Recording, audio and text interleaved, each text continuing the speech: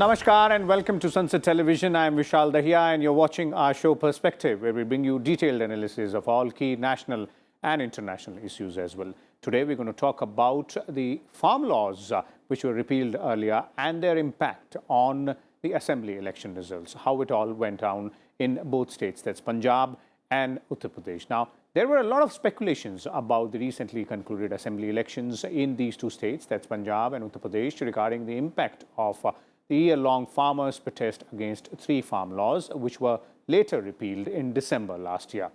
Now, established political parties like Congress and Shiromani Akali Dal in Punjab played the farm laws card in a bid to win over the state, though the voters gave a thumping mandate and a victory to Aam Aadmi Party.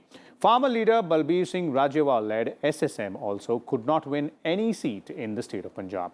In Uttar Pradesh, in 136 seats of the western part of the state, the BJP managed to win 93 seats, while the SP-RLD alliance could manage only 43. RLD, in fact, which claimed extensive influence in these areas, won just 8 out of the 33 seats it's contested in these elections. Today, we will discuss and analyze and try and understand all aspects of this issue, as in what transpired in both the states and what was the impact of the farm laws and their repeal as well. And for more on this, we're joined by a distinguished panel of experts. Let me first introduce them to you, beginning with Mr. Rajendra Agarwal is here with us. He's BJP's Member of Parliament in Lok Sabha from Meerut, which is in Western Uttar Pradesh. Again, Professor Sunil K. Chaudhary is with us, Director, Center for Global Studies in Delhi University. And Mr. Inderjeet Singh Titu is also joining us, National Secretary General of RLD, that is Rashtriya Lok Dal. Welcome, all of you gentlemen, to Sansad TV. I'll begin with you, Mr. Agarwal, and let me start by trying to understand what actually transpired. And let's start with Uttar Pradesh, since your constituency falls in that part of the state, wherein it was said that there is a lot of influence of the farm laws, the protest against farm laws, and then their repeal as well. What is your understanding? Results are, of course, for everybody to see. Your party has won 93 out of 136. There is a slight decline. In previous election in 2017, this was somewhere around 109, but not much of a damage caused. How did you contain the damage? देखिए, हम शुरू से ये बात कहते आ रहे थे कि फार्म लॉज का जो विरोध हो रहा था वो वास्तविकताओं पर आधारित नहीं था। अब बार बार इतने राउंड्स की 11 राउंड्स की चर्चाएं हुई, सर खुल करके बातचीत हुई, पार्लियामेंट में घंटों चर्चा हुई।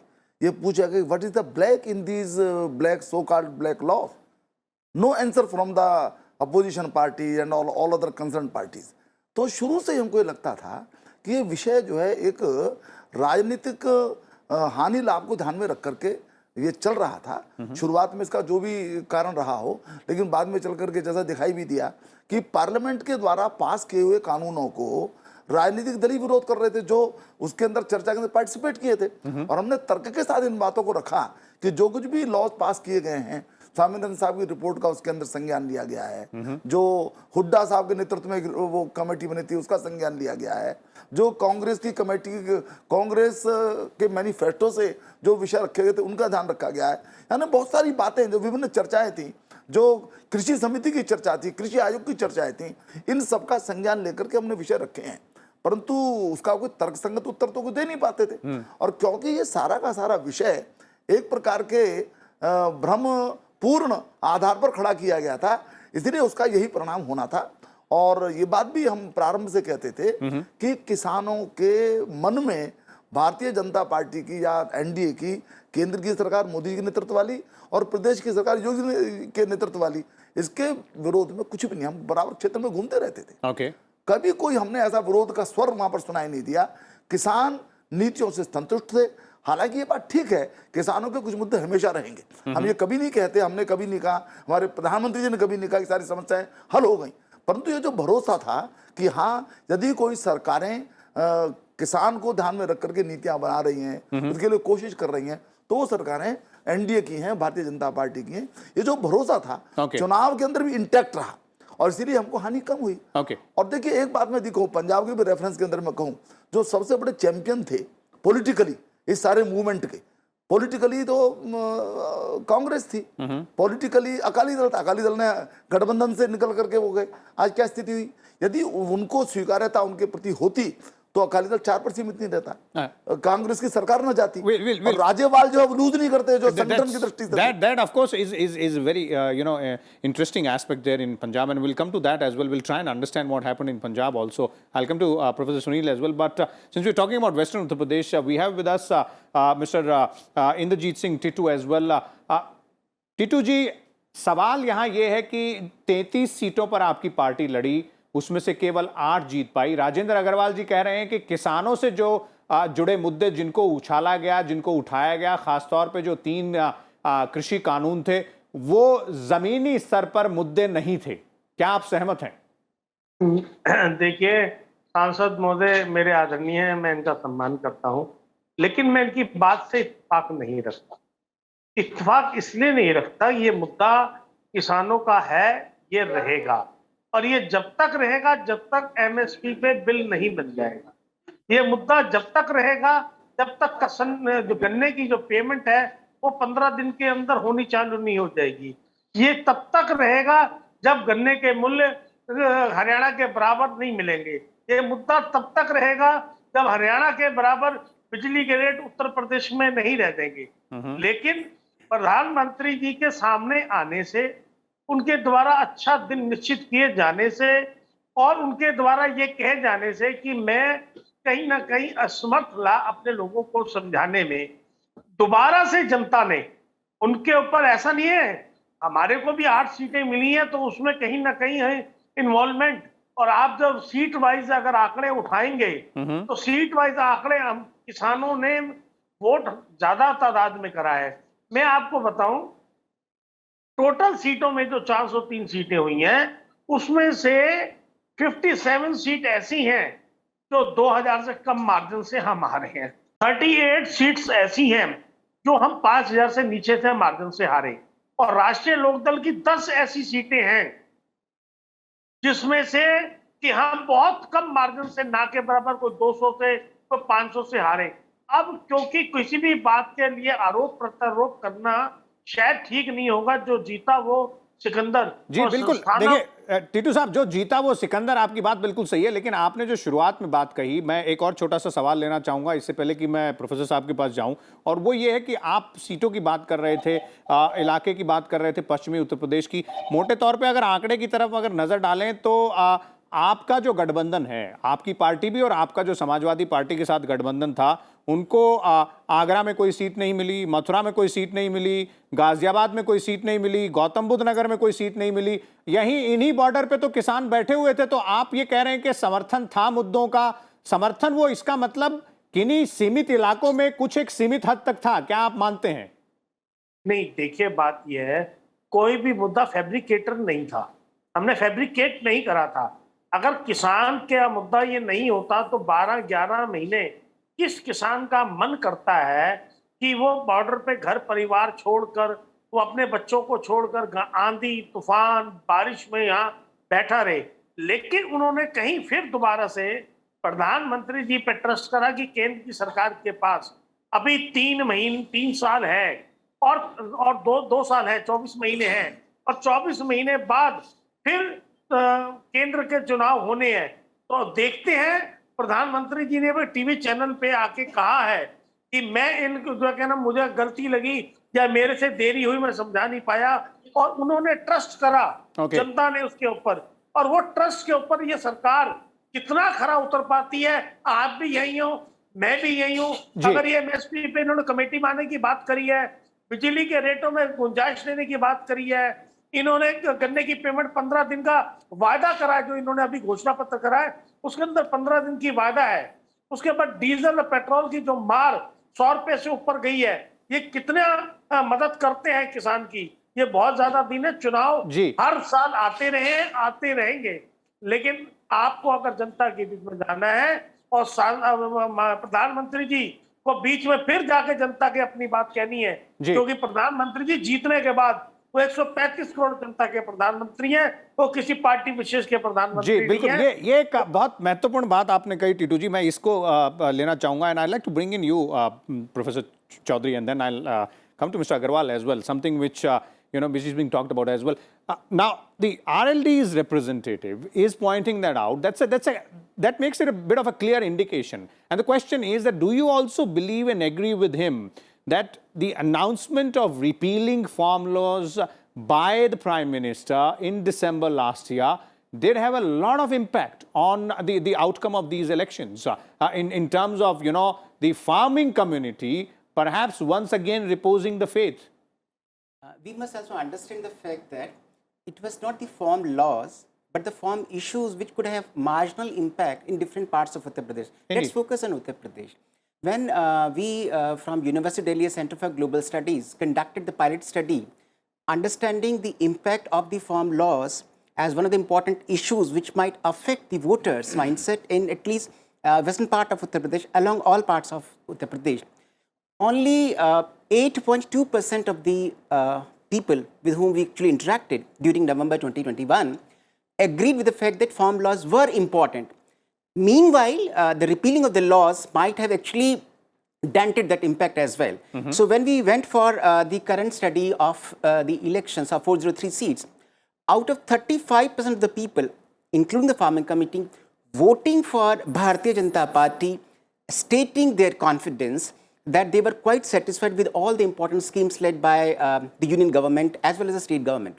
So people were more satisfied, apparently more satisfied, including the farming community. So it was not the farm bill, farm issues, which might have stray cattle in some parts of Uttar Pradesh or the Kisan Samman Nidhi or MSP to some extent as well. So I disagree with the fact that the farm laws had greater impact on it. Secondly, one could see the losing of elections by RLD, which was claiming that it was representing the interests of all the farmers community in a totality, including the support by Rakesh Tikirji, the Kisan Union, which was led by Tikirji, was in support to direct and indirect support to the RLD. But despite this, both these groups fighting against the BJP on the issue of farmers did not get much dent on the electoral outcome, and could see that they hardly managed 8 seats. And just see the first part of the elections where the western part of UP actually was contesting. Only 7 seats were won by the Rashtriya Lok Dal along the support of this.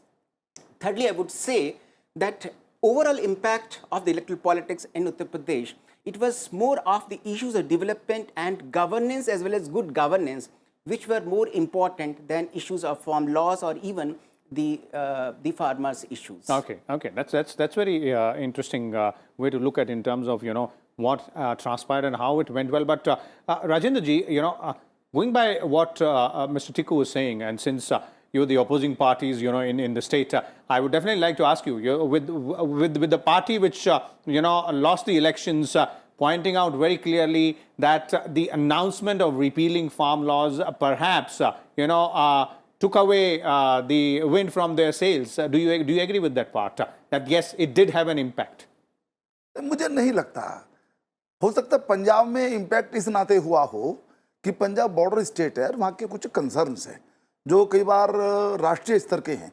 और आप देखें कि जब माननीय प्रधानमंत्री जी ने इनको repeal किया, उस वक्त भी जो बात उन्होंने कही, उन्होंने कहा कि हम देश के बड़े मुद्दों की दृष्टि से इनको हम वापस ले रहे हैं, हम बातें समझा नहीं पाए. उन्होंने ये नहीं कहा कि ये कानून गलत थे और या उनके जो इशू उठाए गए थे वो गलत थे वो, और उन्होंने इस बात को कहा और हमने कहा कि हम दोबारा जाएंगे, विनम्रता के साथ जाएंगे. तो इन बातों का यदि हम अर्थ निकालते हैं तो उसमें भी ये अर्थ निकलता है कि पंजाब को खास तौर से ध्यान में रख करके जो कुछ भी वहाँ पर एक दृश्य दिख रहा था, अमरिंदर सिंह जी भी कांग्रेस को छोड़ करके आए और बहुत सारी बातें हुई वहाँ पर, उन पर बहुत बातें कही जा सकती हैं, वहाँ पर उसको ध्यान में रख करके रिपील किए गए. पश्चिम उत्तर प्रदेश में खास तौर से कोई उसका इम्पैक्ट नहीं था. और जो सफलता आरएलडी को मिली है, जब एक कॉम्बिनेशन होता है सपा का आरएलडी का कॉम्बिनेशन में, और भी कुछ फैक्टर्स थे, कुछ एक प्रकार से पोलराइजेशन का भी कोशिश समाजवादी पार्टी के द्वारा की गई थी, उसका भी कुछ इम्पैक्ट था.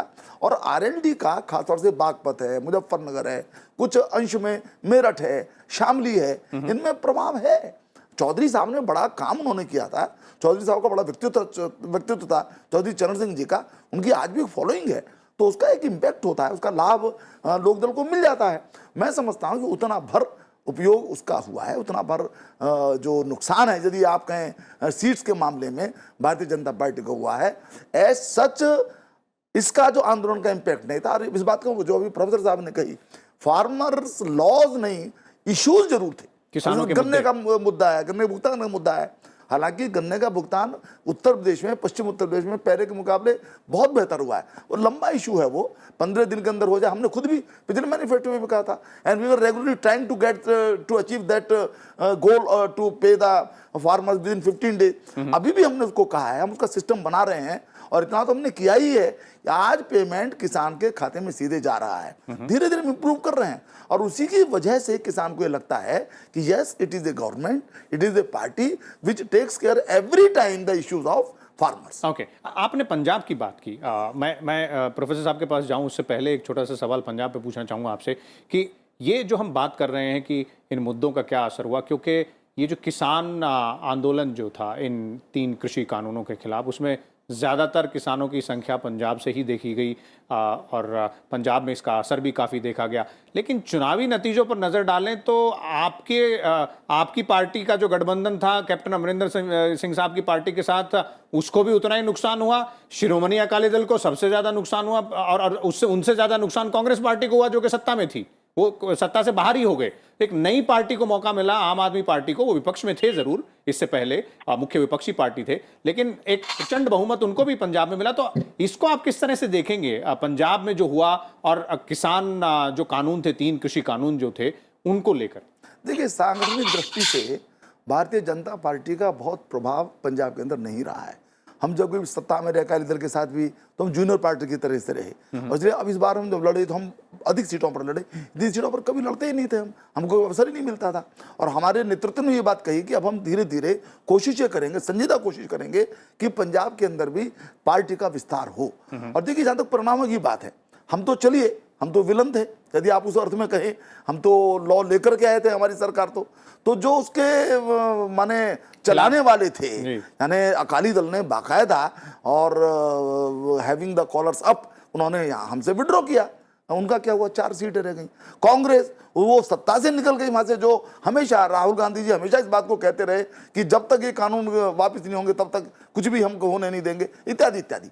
तो मतलब जो मेन लूजर्स हैं, और फिर जो किसान संगठन था राजेवाल साहब के नेतृत्व में, एक भी सीट उनको नहीं मिली। तो यदि किसान आंदोलन के कारण से किसान उनके पक्ष में हुए होते तो आपकी जगह राजेवाल साहब को की सरकार वहां पर बननी चाहिए थी। तो ये जो सारे इश्यूज हैं इस बात को प्रमाणित करते हैं कि वास्तव में किसानों के मन के अंदर थे कुछ और कारण थे, जैसा मैंने प्रारंभ में कहा। लेकिन जमीनी स्तर के ऊपर इन कानूनों के संबंध में उतना विरोध नहीं था सामान्य किसान के मन में जितना दिखाया जा रहा है। जी, अब इंद्रजीत जी को लेके आना चाहूंगा यहाँ पर। इंद्रजीत जी, हालांकि आपकी पार्टी ने पंजाब में कोई चुनाव नहीं लड़ा, लेकिन क्योंकि कृषि कानूनों की बात हो रही है, किसानों से जुड़े मुद्दों की बात हो रही है और इस चुनाव से संबंधित हम समझने की कोशिश कर रहे हैं, तो आप किस तरह से देखते हैं, एक राजनीतिक दल से आप जुड़े हुए हैं, पंजाब की तरफ एक नजर डालने की कोशिश करें तो जैसे राजेंद्र जी कह रहे हैं कि वहां पर भी लगभग वैसा ही हाल हुआ जैसा पश्चिमी उत्तर प्रदेश में देखने को मिला, बल्कि वहां पर तो ज्यादा बुरी हार उनको झेलनी पड़ी जो कि कृषि कानूनों के जो खिलाफ आंदोलन चल रहा था उसके समर्थन में जो थे कांग्रेस और शिरोमणि अकाली दल और राजेवाल साहब भी। मैं कंबाइंड बात करता हूं, मैं उसमें भी यूपी को मिक्स करके बात करता हूं। देखिए, एमपी साहब ये कह रहे थे कि इनका इफेक्ट नहीं है क्योंकि ये पार्टी से जुड़े हुए, मैं अपनी पार्टी से जुड़ा हूं, ये अपनी पार्टी का पक्ष रखेंगे, मैं अपनी रखूंगा, ये एक्सेप्ट नहीं करेंगे। लेकिन मैं आपको कहता हूं 100% इफेक्ट है। 2 साल बाद, 24 महीने बाद फिर दोबारा से लोकसभा के चुनाव हैं। अगर इन्होंने गन्ने का पेमेंट जो अब के यूपी के मेमोरेंडम में लिखा है कि 15 दिन के अंदर देंगे, इन्होंने बाकी बिजली के रेट कम करने की बात करी है, समय पे गन्ने की पेमेंट की बात करी है और सुविधाएं देने की किसान की बात करी है। अगर ये इन पर चीजों पे गौर सरकार नहीं करेगी तो मैं आपको बता रहा हूं फिर आप यही डिबेट पे रहेंगे, फिर आपसे चर्चा करेंगे, इसके परिणाम अच्छे नहीं होंगे। दूसरी बात यह कि जो पंजाब वाला माहौल है, पंजाब में जो किसान आंदोलन से संबंधित लोग थे उनके आपस में डिफरेंसेस हो गए। उन्होंने ये कहा कि हम लोगों ने किसान बन के किसानों की बात करी थी, हमें पॉलिटिकल रास्ते पे नहीं जाना चाहिए। कुछ लोगों ने उनको कहा कि इसका मतलब यह है कि जो समझाने वाली बात होती है, फील्ड में हर तरीके का आदमी होता है। कुछ ने उनको समझाया कि ये तो राजनीतिक लोग हैं, इन्होंने तो अपने स्वार्थ के लिए आपकी वहां बैठे रहे, ये इनको किसानों से कोई लेना देना नहीं है। लेकिन बाकी लोगों को जितना ट्रस्ट अकाली दल को करा, शुरू में उन्होंने अकाली दल को क्यों नकारा कि शुरू में जब बिल पास करा गया था, अकाली दल ने सदन के अंदर इनका पक्ष रखा, और जब उनको नुकसान होता दिखाई दिया तो इन्होंने क्विट कर लिया। तो जनता बहुत समझदार है, वो आपके मुंह से नहीं बोलती है, साइलेंट तरीके से अपना समर्थन वोट डालकर। लेकिन सत्ताधारी पार्टी तो शुरुआत से किसानों के समर्थन में खड़ी होती अपने आप को दिखाई दे रही थी। पंजाब की हम बात कर रहे हैं, वो उनका तो जैसे जो चुनावी राजनीति में कहा जाता है, पंजाब से लगभग सुपड़ा साफ हो गया। मैं आपको वहीं आ रहा हूं। अकाली दल का तो ये कारण है कि कभी आप समर्थन करते हैं, कभी आप विरोध में आते हैं। अब अगर आप हमारे साथ में खड़े हैं तो शुरू में जब बिल पास हो रहा था तब आपने विरोध क्यों नहीं करा? दूसरी बात, कांग्रेस में आपसी जो झगड़ा था, क्योंकि उनको ये लग रहा था कि पूरे प्रदेश का पहले, क्योंकि कई चीजें पंजाब झेल चुका है, नशे से सारे बच्चे ग्रस्त हो गए, उससे पहले आतंकवाद झेल चुका है, तो दोनों सरकारों को वहां का पंजाब का आदमी उसको यूज टू हो चुका है, उनके नफे नुकसान का आकलन कर चुका है। तो अब असली जो, क्योंकि मेरी सारी रिश्तेदारी, मेरी अपनी ससुराल, मेरे ननिहाल सब पंजाब में है, तो मेरी चर्चा अक्सर उनसे होती रहती रही थी चुनाव के पीछे। उन्होंने कहा कि सबको मौका दिया है, सब अपने काम में, क्योंकि वहां तो सीएम की लड़ाई चल रही थी, सिद्धू जी चन्नीवा उनको पसंद नहीं कर रहे थे, उससे पहले अरविंदर जी इसी बात को लेके आपस में लड़ाई होकर दूसरी पार्टी बना ली। इन सब चीजों से ग्रस्त होके पंजाब ने जो डिसीजन लिया वो ये लिया है कि सबको देखा एक बार, अब के देखो इनको।